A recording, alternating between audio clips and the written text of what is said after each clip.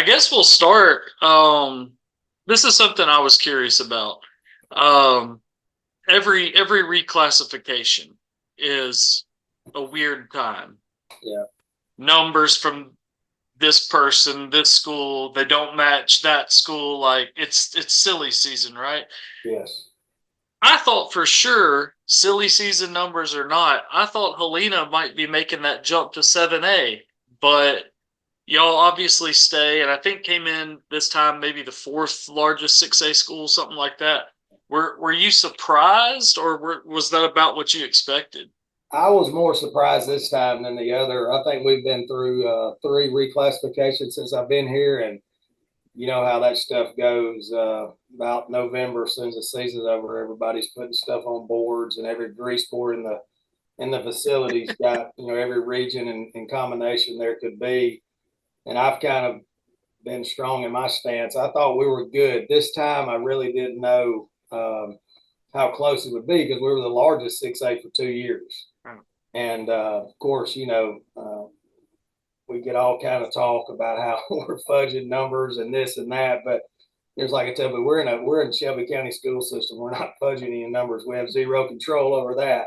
But to your question, yeah, I was really surprised this time, and it's very hard to compete in the region we're in, much less trying to move into that area of the world is just just something that would have been really really tough for us.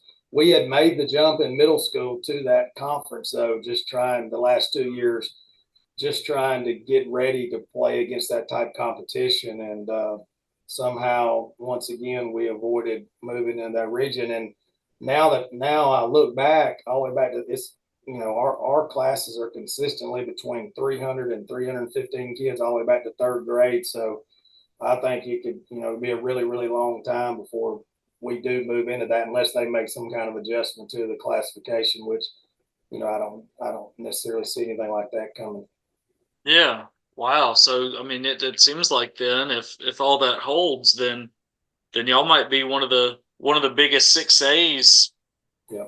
for a long, long time. And I mean, and Helena hasn't been a school as a high school for a long time, right? Like, is it Right. when did it come about? We just the initial season here was in 2014. We just actually Yeah. finished the 10-year anniversary of the school being open. So we played football 10 years. So the area was really, really growing. And if you've ever been here, it's two ways in, two ways out. You got to be coming here to go here. But it's a great city to live in, one of the safest in the state. We got an unbelievable school here with great administration and teachers. So a lot of reasons to move to Helena. But it's like I tell people all the time, these large metropolitan areas where these other 7A schools are, they're growing too. So it's not like we're the only one growing. And we are a little landlocked. There still is a lot of land out here, and they're pushing trees down to build houses every day out here. But just looking at our growth and the classes all the way back, it's the first time I've looked that far back to kind of see, what could happen. But, I, and like I said, unless something happens the way they classify or 7A or anything like that, I foresee us staying in the top part of 6A for a while. Yeah.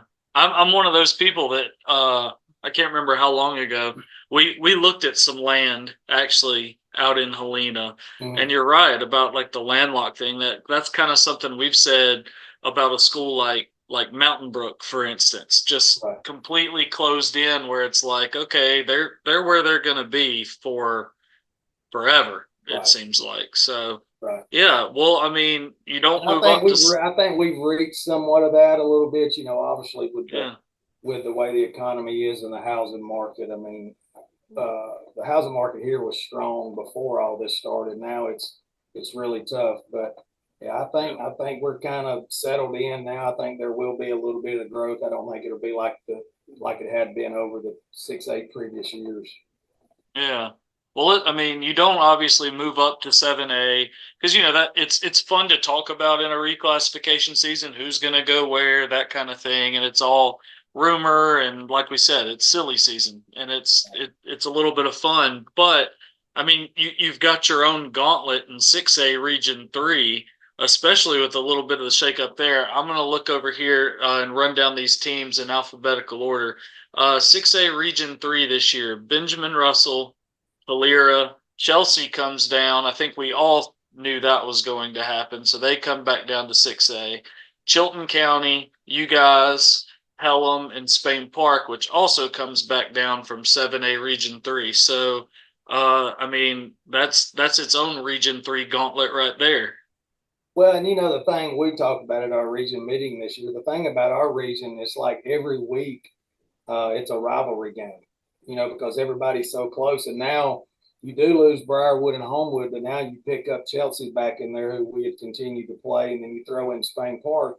I mean, it's like 4, 5, 6 straight weeks you're playing somebody within 10 miles of your campus. That your kids, they know one another, and it makes for an interesting region. And Ben Russell has been really, really talented the last 2 years. They lost Malcolm Simmons to sign with Auburn, and their quarterback, who I thought was phenomenal. And Yeah. the last 2 years, Coach Grider's gotten there. That kid made unbelievable strides at that position.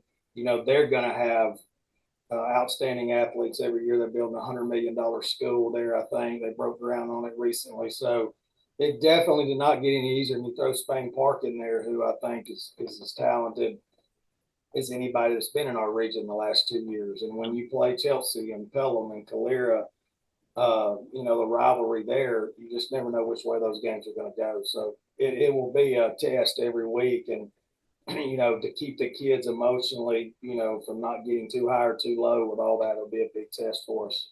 Yeah. You mentioned, just specifically about Benjamin Russell losing Malcolm Simmons and then Gabe Benton, the quarterback that was there.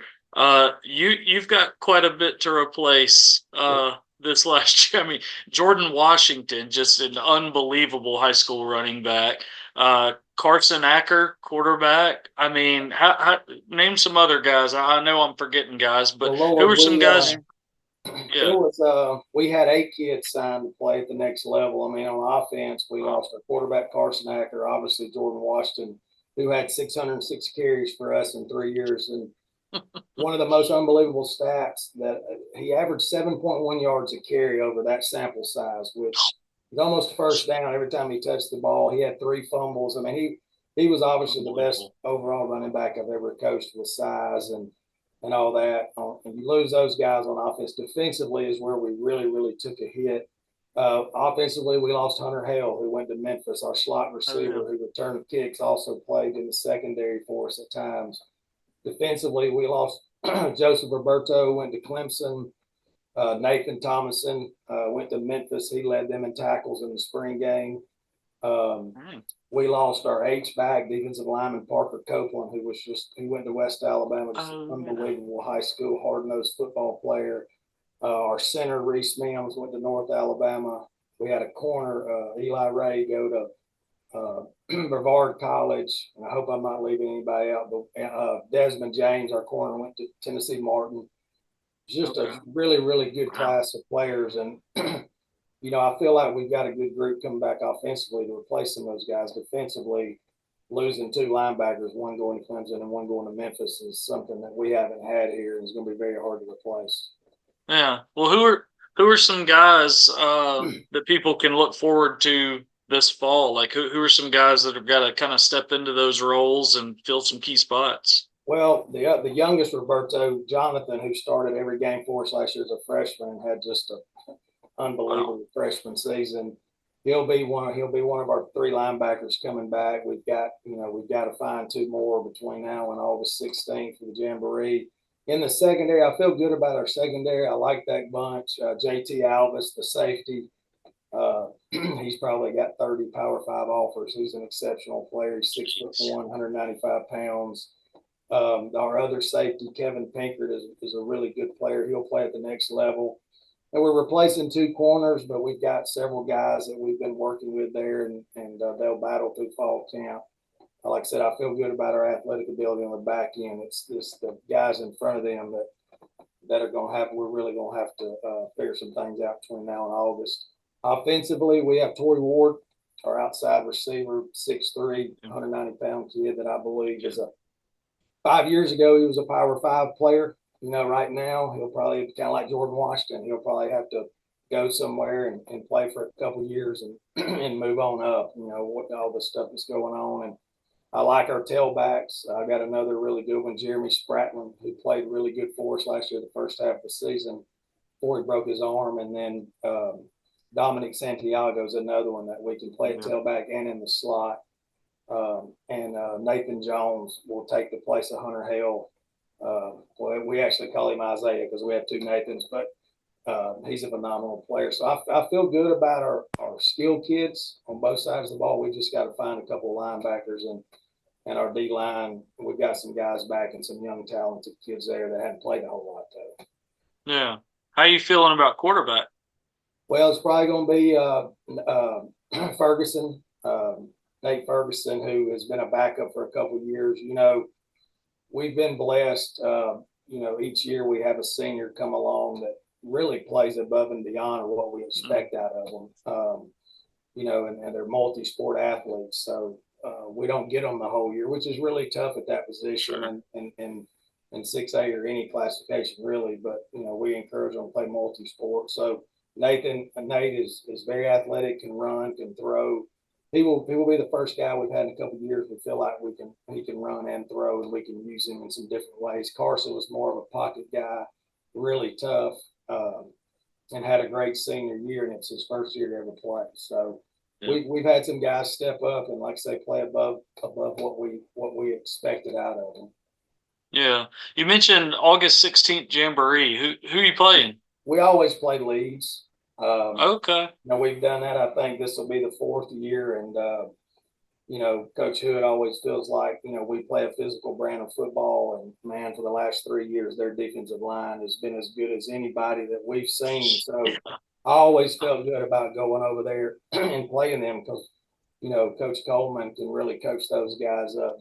They are so sound at what they do, and it gives us a really good look in that box. I mean, because if you know anything about us, we're going to run the football. And so it's a really good test for us. I feel like it's a good test for them as well. The kids play hard against each other. We don't have any issues. And we play like 3/4 of varsity, and then we play a quarter of backups. But it's been really good for us. The games have always been competitive, and we don't overdo it, Sure. But for us, we're not – and the last 3 years, we didn't see a D line better than those four guys they had. No, especially that Henderson kid. He was unbelievable. And there was another one. There was one more number 6 and one more 7. And I'm like, I don't know which one is the big time recruit, because to me, both of them, the other one last year that wasn't as, his name wasn't as big as the other one. We threw a boundary screen, and he put 1 foot in the ground and tackled it for a 1-yard gain from the 3 technique. And I was like, my Lord. Oh my gosh, that's explosive. He also ran Jordan down one time. Jordan broke loose on the sideline. He ran him down about 45 yards. I'm like, good Lord. Oh my gosh. We don't see guys like that anymore this year. Well, we did when we got to Hillcrest in the second round. They had about 6 or 7 guys that were – I haven't had any of those in my whole career. Yeah, that Hillcrest defensive line last year was. They're the ones that went in there, but they've got the athletes and the right mix to I think they'll compete.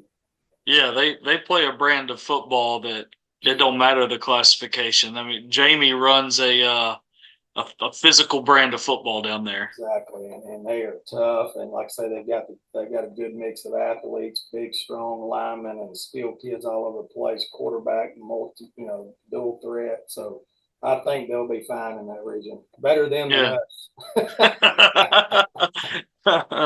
Yeah, I talked to Jamie not long ago about moving into that region and stuff, and that one will be out soon too. But it was a cool conversation talking about their last few years and now moving into that region. Let's see. So those are the 6A Region 3 opponents y'all have. Your non-region is really fun. Let's see. Y'all? Am I reading this right? We have two open dates. I was gonna say. So you have an open date August 23rd. Yeah, which is going to be very strange to manage that, playing a game and having a week off and then having to play. I think it's at McAdory, maybe. Another rivalry game right here down the road that we had when Coach Holmes got there. I think we played them his first year, and when we went to reschedule that, it was a classification year. He didn't call me, and I didn't call him, and we've become pretty good friends with him being this close. But you know, but we neither one of us had a choice. I mean, and then we scheduled Oxford and Moody. You know, I guess that's a compliment that we've kind of made football here relevant, and we just I didn't feel like traveling to Bob Jones or somewhere like that was beneficial to us, especially 0 and 10. Definitely not 10 week 10 of the season because we're in the South region. I'm pretty sure we're going to match up with Spanish Fort Region 1 again. So Yeah. that came into it. So right now we're just we're just going to go with 9 games, and but yeah, our non-region schedule is just as tough. Yeah. Yeah. So at McAdory, August 30th, and then man, Moody Oxford back to back week, September 20th and September 27th at your place. Oh yeah, That's that's fun. Moody, if they're not ranked number 1 in 5A, then I don't know who will be. But yeah, it was. We've been playing them in some JV ball the last couple of years because we kind of do the same thing where we do a 9th, 10th grade mixed team. We only Yeah. have 2 teams, and they do the same. So we'd been playing them, and yeah, I mean, I didn't want to play them. It's not that, but it's just it came down to a deal where you gotta field your schedule. So we'll roll our guys out there and see what we can do. Yeah. Well, people don't realize like I got really into that this last year during a reclassification year for sure. You're not in control of your region schedule. That's set. But Mm-hmm. just how much of a puzzle it is for you guys to fill out 3 weeks. Right. Like, and the phone calls that go back and forth, and who has this week? Do you want just a 1 year? Are you doing a 2 year, home and home? Are you trying to play someone out of state, and are you synced up to have a 1 year or 2 year? It's just like it's unbelievable what all goes into that. Yeah, and everybody's trying to schedule a 10-0 season, which is not possible. So it comes down. You try to do some legwork before it all gets going, but obviously 0, 5, and 10 are going to be open. I guess unless you're in a 9-10 region week 10, but yeah, and the more success you have, not that we've been world beaters, but we've had some. It's hard to fill that schedule out, and it also I think it comes down to the brand of football you play. Um, Playing us, you're going to defend the run. We're going to try to our best to be physical, and lots of times somebody might not want to play us week 10, but then again, we might not want to play somebody that we feel like does some things that we don't match up well against. So you're right, it is a puzzle that you're trying to piece together, and sometimes you come up short of pieces, in that puzzle with 9 games. So. Yeah. But it is what it is, and if something was to, I've told my people, if something was to pop open week 0, we may try to do a 1-year thing, but like that's hard to do with like Georgia and some of those states because their seasons are a week off, and you really don't want to play anybody from Georgia early because they get so many weeks of padded practices and OTAs. I mean, they're 3-4 weeks ahead of you in pads, and you're going to step out there, and they're also talented, and try to play somebody over there week 0 is not a very good recipe. Me and Coach Freeman talk about that. I think they've got somebody early from over there, and it's just hard for the Alabama schools to be ready to play them 0, but that's when we can play them.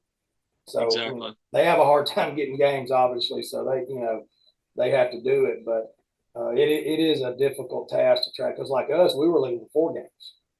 So, being in a 17 region, so it is tough. A lot easier than it used to be though when you were in the 3-team area or the 4-team areas, because then you had to find 7 games, back in those days.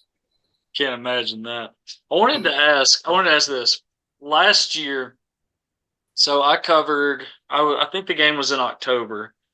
Maybe I think it was October. When Briarwood Mhm. came to you guys. And that was my first time covering it. Like I've covered games where y'all been at Briarwood and probably some other games, but my first game at y'all's place. And I was talking to I think leading up to that, I was maybe talking to Nick on your staff. Mhm. And because he used to be at Clay Chalkville. And he was like, it's October, it's not gonna be like super cold, but dress just a little bit warmer than you think you need to. I was like, okay. And when I got in there, one, I want to ask you about the view. Like, do y'all have potentially the best view in all of Alabama from a stadium? And just about the stadium, how cool is that spot being right there on that hill? I do think it is. The one that may that may have us, and I played down there when I was coaching full metal, is Bayside Academy down there on the bay with the tree. It's a pretty special view. But ours is if it's not one, it's one B. I mean, it's beautiful up here, especially when the sun's setting out in the valley there, and we're sitting up on this hill. And Nick's right. It's either like scorching hot on this hill up here, or the wind's always blowing. And I'll never forget when Baldwin County came here. I guess it was in 2021, sometime in there when Scott Riles was coach down there, and it was first playoff game of the year, and them coming off the coast down there. I remember their kids; they were walking out there and thought, "Man, we're playing on top of a mountain." Coach said it wasn't going to be cold up here, but yeah, the wind does get going up here, and uh, it's it is a beautiful place. When I got here, they had a lot of windscreen up where you really couldn't see out on one end of the stadium there to the view in the valley. I'm like, why are we doing that? I mean, it's a drop off Yeah, over there. Nobody can stand there and see the game anyway. sure. So we took all that down, and we have great crowd support here. I mean, obviously it's the only thing to do in town here, and our band is just phenomenal. I mean, it's one of the best high school settings because you are packed in here, and Yeah. it's always full. And they said it's been like that since the school opened. So we're very grateful for the support. But it's a really, really nice place to watch a football game on Friday night. It was really cool. Like I was just kind of hanging out on that far end zone, Yeah. around the track area, and it was just like taking sunset photos. Oh, Like I was like, it was just unbelievable. But you jogged my memory, and this probably happens at dozens of schools, but it was the first time that I personally really encountered it.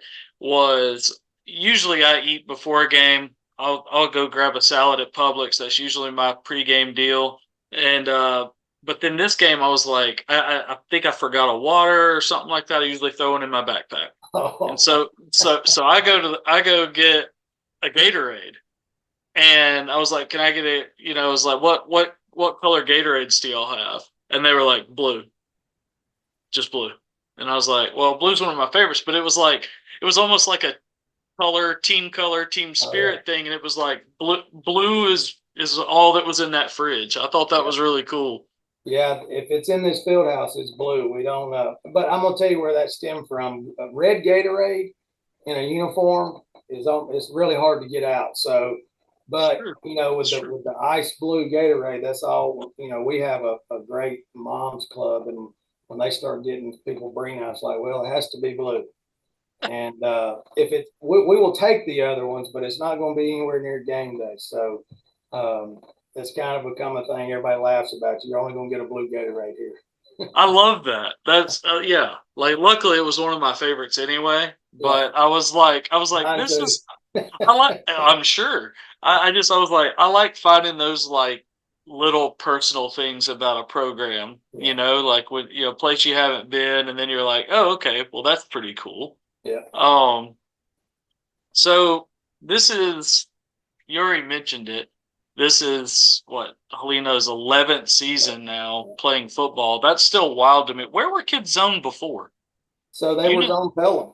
They were Pelham. Yeah, we were Okay, just having this conversation. A friend of mine was a baseball coach at Arrington High School, and they stopped by Pelham to do some to have some batting practice before they went on to Oxford. And he said, "Would you come by and see me?" And I'm like, "Yeah, but I can't stay long, but I'll come by and see you." But he was asking about the history of the schools and stuff, and how he didn't realize how close Helena was to Pelham.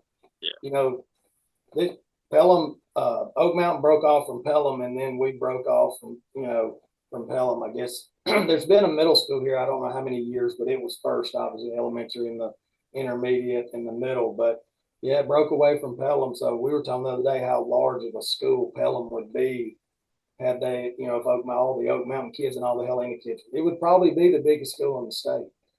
yeah. I mean, yeah. There's no doubt. I mean, I remember looking at reclassification, like when that happens, and you look at the average daily enrollment. Like I can't remember. This was previous reclassification. I'm going to fudge the numbers because I can't remember exactly, but I think at the time we were looking at how big Auburn High School had gotten. Mhm. And, I live in Trussville, so I see a lot of Hewitt Trussville. I see a lot of Clay Chalkville. I know the history there about how Clay Chalkville was formed in the mid 90s.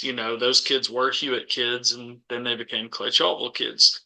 And I took those average daily enrollments of Hewitt Trussville and Clay Chalkville, added them together, and it was only like 90 something or right at 100 kids more than what Auburn High School was. Right. And I was like, that was insane to me how big Auburn High School was. Right. And if Oak Mountain's sitting there at 7A, we were at one time right there at 7A, and then Pelham 6A school, that Yeah. would be a massive school, and we were talking about how far the line went at the time for Pelham. I mean, we're talking about all the way down 119, almost to 280, back all the way over here. So it would have been a massive school. But that proximity to us in Pelham really, as a pro flies, is probably 2 miles.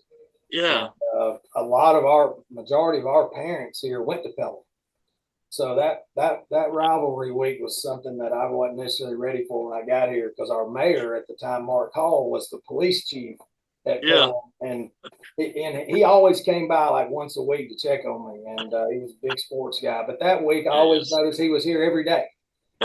And I remember that first year, he's like, "Well, can we get him?" I'm like, "Mark, we're not ready yet. We've only been here 6 months." But then the next year, when we beat him for the first time in school history, I mean, he was here at 1 a.m. that night. And he said, "Well, I'll be at the city hall over there Monday morning at 7 o'clock." So I realized real quickly what it meant to the two communities, and rightfully so. With a lot of these people have gone to school there, Yeah. What are it the makes for a fun week, and definitely a fun Friday night. Absolutely. But and so besides the obvious, maybe it only is the obvious, but what are the biggest differences being a head coach at a school like a Helena that's, one of the biggest 6A schools, and being the head coach when you were at Fultondale?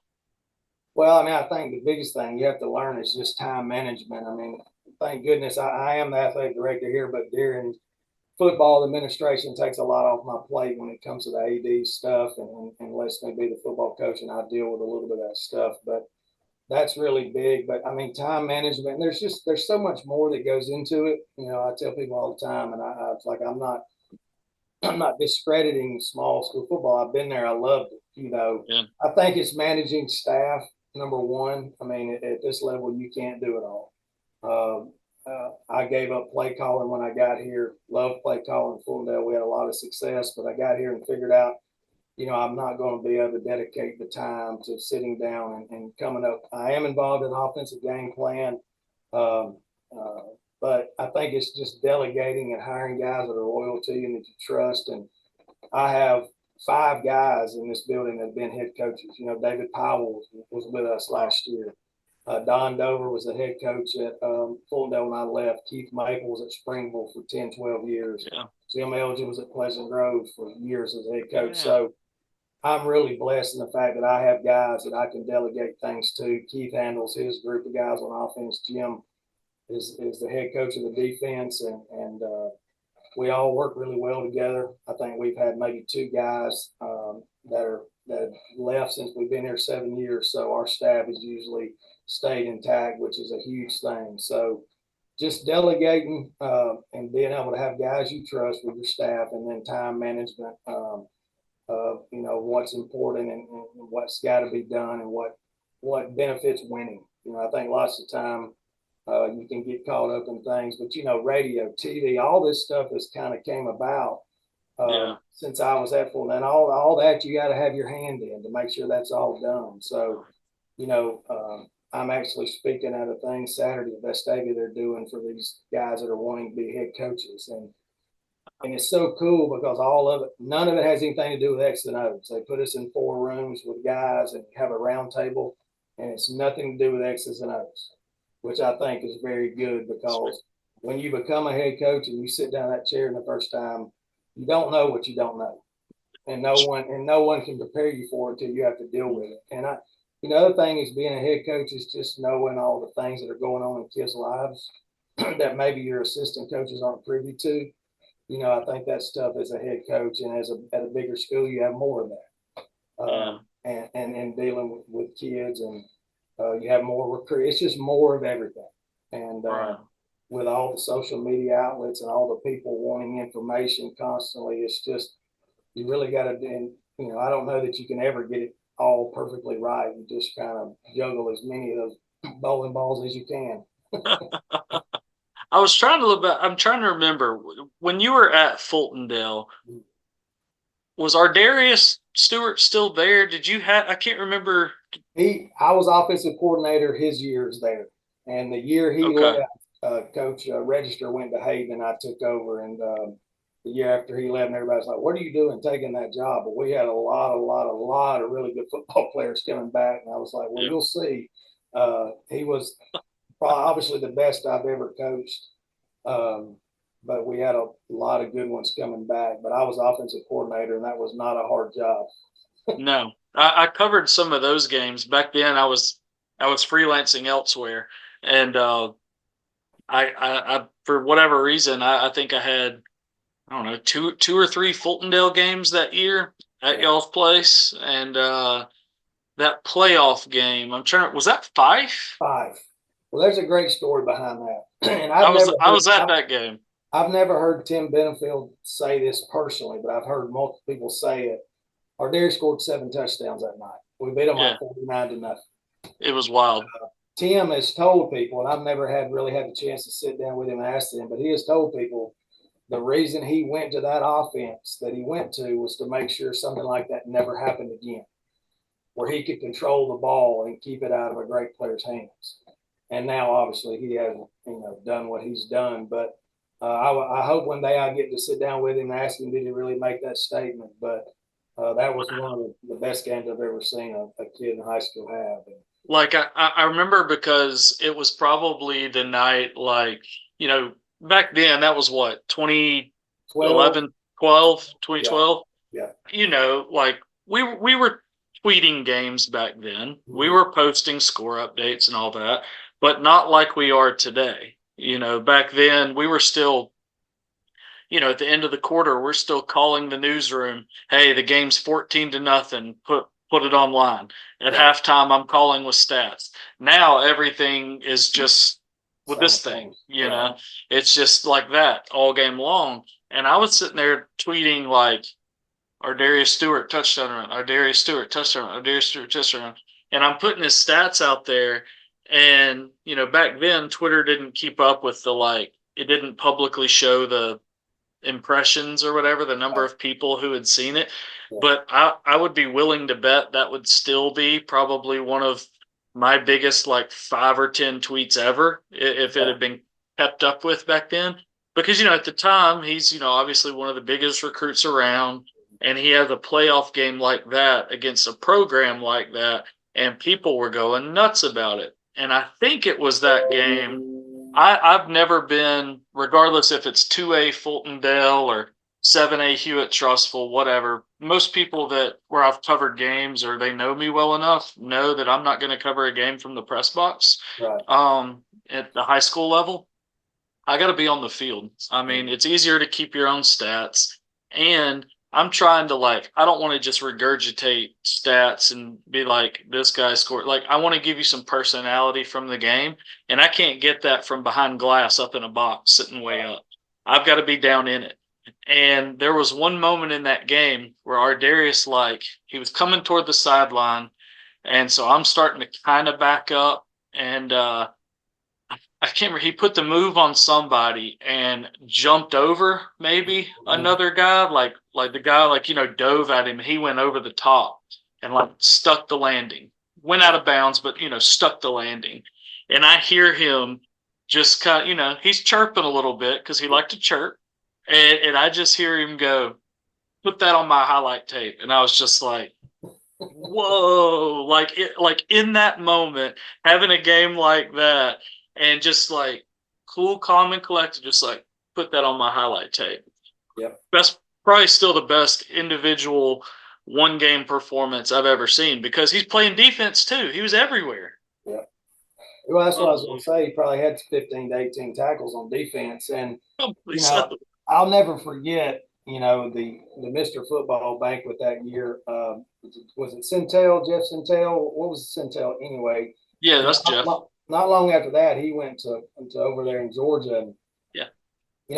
he came up to me after the thing. He said it was the closest vote in Mr. Football history. Arderis lost by 4 votes. And what got him was the Southern guys. I think Mm, Josh and some of them were down there at the time. And, I yeah. said, well, they didn't pick the best football player in the state. Josh, what's his name at Josh Carbondale? Josh Yeah. Bean. Well, I'm talking about Jeremy Johnson, the quarterback. Oh, I thought you were talking about No, voting. but Okay. Josh Bean was down south at the time. And, Yeah. I said, well, they didn't see him play. And I said, well, they didn't pick the best high school football player because, he played safety and he'd have, he was the best defensive back on the field every Friday night too. And I think he lost by 4 votes, but he did some things in his career that I haven't seen.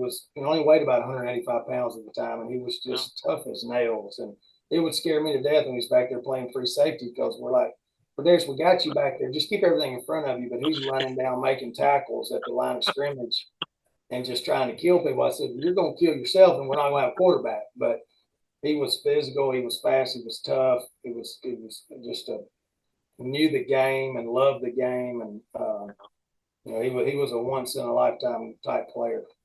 Absolutely. Let's And end on this. Kool-Aid McKinstry was there with us too. Kool-Aid would have been a 7th grade. That I was going to say a minute ago. He might have been in Really? secondary that night, but he started 13 games for us his 8th grade year at safety, and when he was at Full Devil when I left, and he went to Okay. Pittsburgh. I knew he had But moved to Pinson. I just didn't realize from where. oh yeah, he played for us. He was going to be the next. He had stayed at Fulldale, which obviously things worked out for him. He would have been our quarterback. He was in 7th grade when Arderis was a senior, and he did the same thing in middle school that he was doing in high school. And we had a just a great group of kids coming through. And I had always lived over here in this area, and when the job came open and my daughter wanted to come to school here, it was a very, very tough decision. I was at Fulldale for 18 years, and people over there became family, and it was a hard decision, especially leaving all those good players behind. But it's been good. But he was good. We still talk a little bit. I think he's living out in Texas somewhere now. I think coaching youth football. His little boys are getting up to middle school age. I said, you need to move to Helena. Not a bad pitch there. Yeah. No, no. No. Let's end on this. Okay. I've been asking every coach, kind of cliche type question, but this upcoming fall, what are you looking forward to the most?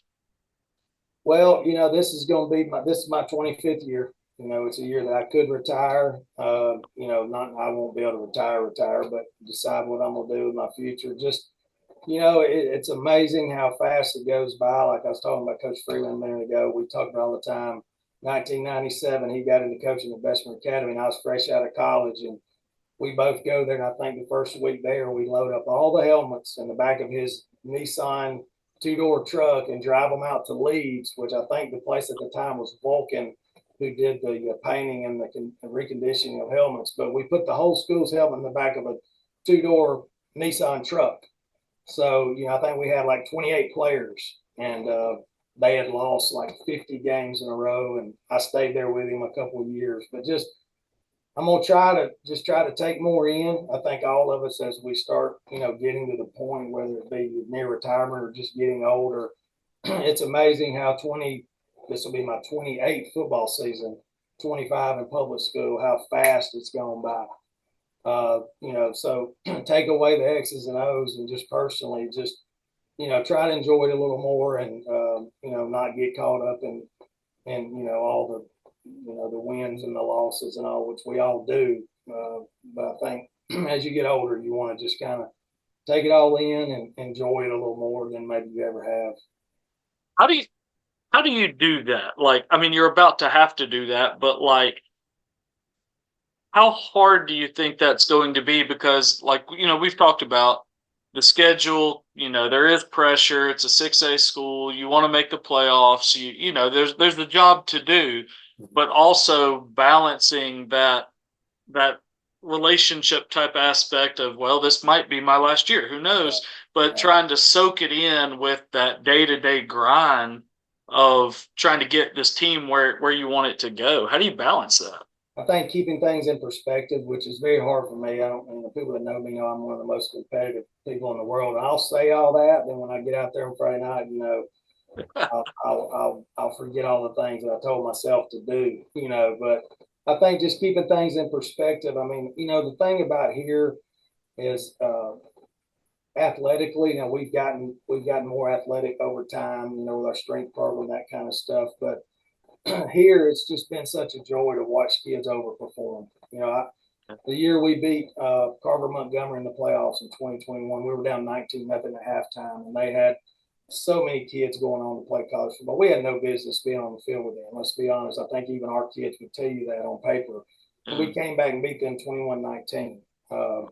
Just things like that we've been able to do here. And, I say we've got just good country kids, blue collar kids that like to play football, and they'll get after you. And I tell them all the time, they amaze me. Some of the games that we won, obviously I don't sugarcoat it to them. I tell them when we feel like, hey, we're going in and probably at every position, they're more athletic, maybe more talented than us, but our kids always find a way to rise up. And, hopefully we'll do that again this year. I mean, there's teams on this schedule that we don't match up well against, but we do play well at home, and some of those are home games. So, just continue to enjoy our kids and really, I respect what they do every Friday night. I enjoy watching them play.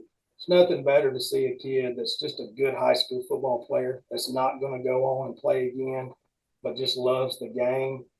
Sometimes you wish you had a team full of them where you didn't have to worry about all that outside noise. Going back to what you asked about difference coaching in 3A and 6A, dealing with all that too, all that stuff, because that's a responsibility that we have as head coaches to help our kids move on that are going to play at the next level, and that's their dream. But at the same time, treat the ones that are going to be high school players, and that's all they're ever going to be, and that's fine, treating them the same way and giving them the same attention. So, long answer short, it's just, enjoying what our kids do and keeping everything in perspective about what we're really trying to do in high school football. Absolutely. Well, that sounds great. I certainly appreciate you, Coach. And now that Spain Park and Chelsea have dropped back down into 6A, those are two of the 15 or so schools we cover every single week. So maybe I can get to one of those. Maybe that September game, so that it definitely won't be unexpected cold on September 13th. So Be unexpectedly hot up here too. Unexpectedly hot. Yeah. Well, I appreciate you, Coach. It was good to talk to you. Absolutely. Good to see you, man, and good luck. And if you do get a chance to do a game, make sure you let us know you're coming. I'll do it. I appreciate you, Coach. Have a good All right, one. Man. Take care. Good luck. All right. Bye.